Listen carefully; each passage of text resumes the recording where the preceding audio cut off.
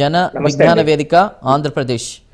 ముందుగా senior journalist నరా Vijay Kumar గారితో మాట్లాడదాం. విజయ్ కుమార్ గారు చెప్పండి. నమస్కారం. చెప్పండి. నమస్కారం సార్. అసలు డ్రైవర్ అలర్ట్ చేసి ఉంటే దాదాపు చాలా మంది సేవ్ అయ్యేవారు అని అంటున్నారు. ఈ ఏసీ బస్సులు ముఖ్యంగా ఇటు తెలంగాణకు సంబంధించి కూడా సెమీ స్లీపర్కి పర్మిషన్స్ ఉన్నాయి కానీ స్లీపర్కి లేవు. అలాంటివి ఎక్కడో పర్మిషన్లు తీసుకుని ఇక్కడ నడపడం అతివేగం. సో ఆర్టీసీ లాంటివి యాక్టివ్గా ఉన్న ప్రాంతాల్లో కూడా వీటి అవసరం ఏమొచ్చింది, ప్రజలు భయపడేటువంటి పరిస్థితి. ఈ ప్రమాదానికి సంబంధించి అసలు మీరేం మాట్లాడతారు? ప్రమాదం పూర్తిగా నిర్లక్ష్యంతో జరిగినటువంటి వ్యవహారంగా కనిపిస్తుంది. డ్రైవర్ నిర్లక్ష్యం. ఎందుకంటే ఫాస్ట్ గా పోతుంటే సడన్ గా మంటలు, టెక్నికల్ గా సమస్య వచ్చి బస్సులలో మంటలు వచ్చినటువంటి విషయం కాదు. ఇక్కడ యాక్సిడెంట్ జరిగింది. యాక్సిడెంట్ చేయడమే ఒక రకమైనటువంటి తప్పిదం. జరిగిన తర్వాత అక్కడ మంటలు వస్తున్నటువంటిది ఇమ్మీడియట్ గా అలర్ట్ చేయనటువంటిది డ్రైవర్ నిర్లక్ష్యంగా ఉన్నటువంటి సిచ్యువేషన్. దాంతో మొత్తం మంటలు అంటుకొని పూర్తిగా దగ్ధమైపోయినటువంటి సిచ్యువేషన్ కనిపించింది. అమాయకమైనటువంటి ప్రజలు చనిపోవడం జరిగింది. ఇది ప్రైవేట్ ట్రావెల్స్ చేస్తున్నటువంటిది వాళ్ళ లాభాల కోసం కావచ్చు, ఒక చట్ట ప్రకారం అన్ని రూల్స్ పాటించకపోవడం, డ్రైవర్లకు సరైనటువంటి రెస్ట్ ఇచ్చేటువంటి అంశం కూడా, ఇవన్నీ టెక్నికల్. వాళ్ళ లాభం కోసం ఒక దగ్గర రిజిస్ట్రేషన్ చేసి ఒకటి చేసుకోవడం.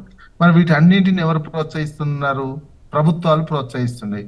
ప్రభుత్వాలు చూడనట్టు, ప్లస్ అధికారులు, రాజకీయ నాయకులు కావచ్చు. ఇందులో చాలా కమిషన్లు, వాళ్ళకు లంచాలు, ఇవన్నీ నడుస్తున్నట్టు ఒక వ్యవస్థ, మాఫియా వ్యవస్థ లాగా నడుస్తున్నటువంటి సిచ్యువేషన్ అన్ని రంగాల్లో ఉన్నది. ఇవి రవాణా రంగానికి సంబంధించినటువంటి బస్సులో నిరంతరం తనిఖీలు చేయాలి. తనిఖీలు చేసిన తర్వాత కూడా ఏమన్నా లోపాలు ఉన్నట్లయితే దానికి ఏదో రకమైనటువంటి మాఫీలు తీసుకోవడం, లంచాలు తీసుకోవడం, దానిని పొడిగిస్తూ చూసి చూడనట్టు వ్యవహరిస్తున్నటువంటి సిచ్యువేషన్.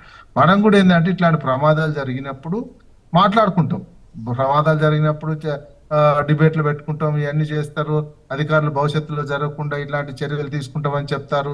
కానీ మన రాష్ట్రంలో కావచ్చు, దేశంలో కావచ్చు, ఇట్లాంటి ఇంప్లిమెంటేషన్ సీరియస్నెస్ గా జరగట్లేదు.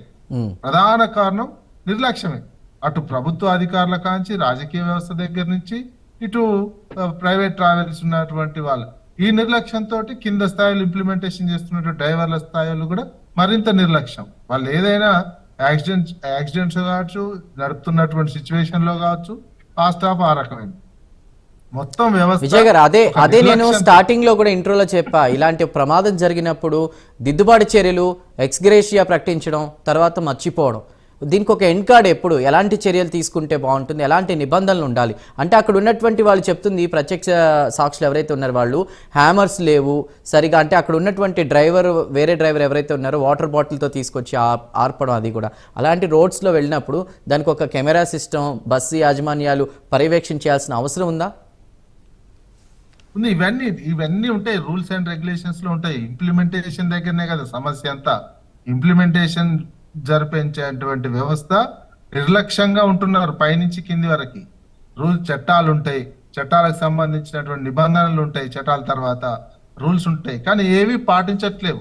ప్రైవేట్ ట్రావెల్స్ సంబంధించినటువంటి పాటించకనే ఈ సమస్య. డ్రైవర్ల నిర్లక్ష్యం, డ్రైవర్లకు సరైన రెస్ట్ లేకుండా నడిపించడం, లాభాల కోసం బస్సులకు ఎక్కువ మించి తీసుకెళ్లడం, టైం టు టైం నడపకపోవడం, ఇవన్నీ అలసిపోవడంతో వస్తున్నటువంటి సరైన ట్రైనింగ్ ఉండకపోవడం డ్రైవర్లకి, స్టాఫ్ కి.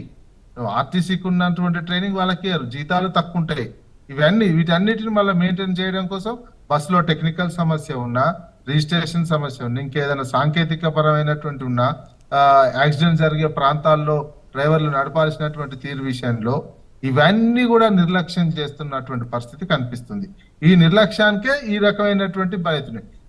ఇవన్నీ ఇటువంటి పెద్ద పెద్ద ప్రమాదాలు జరిగినప్పుడు ప్రధానమంత్రి కానించి మొదలు పెడితే కింద సర్పంచ్ వరకు అందరు సానుభూతి చూపిస్తారు, భవిష్యత్తులో జరగకుండా యాక్షన్ తీసుకుంటామంటారు.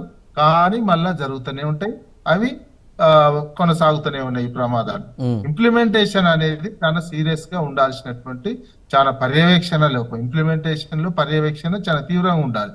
ఆ పర్యవేక్షణ చేసేటువంటి వాళ్ళు కూడా లంచాలకు అలవాటు పడి మొత్తం నిర్లక్ష్యంతో జరుగుతున్నటువంటి వ్యవస్థ కుప్పగూలుతున్నాయి.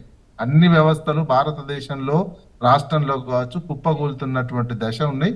ఈ దశల్లోనే ఈ రకమైనటువంటి ప్రమాదాలు ఇంకే రైలు ప్రమాదాలు కానీ బస్సు ప్రమాదాలు కానీ రావటం జరిగితే విమాన ప్రమాదాల కాంచి. అందుకే ప్రజలు అర్థం చేసుకోవాలి, ఎట్లాంటి వ్యవస్థ మనం నిర్మించుకోవాల్సినటువంటి అవసరం ఉంది, ప్రజల ప్రాణాలు ఏ రకంగా గాలిలో కలుస్తున్నాయి అనేది ఆలోచించుకొని ప్రజలు తీసుకునేటువంటి నిర్ణయం కూడా ఆధారపడి ఉంటది ప్రజాస్వామ్యంలో.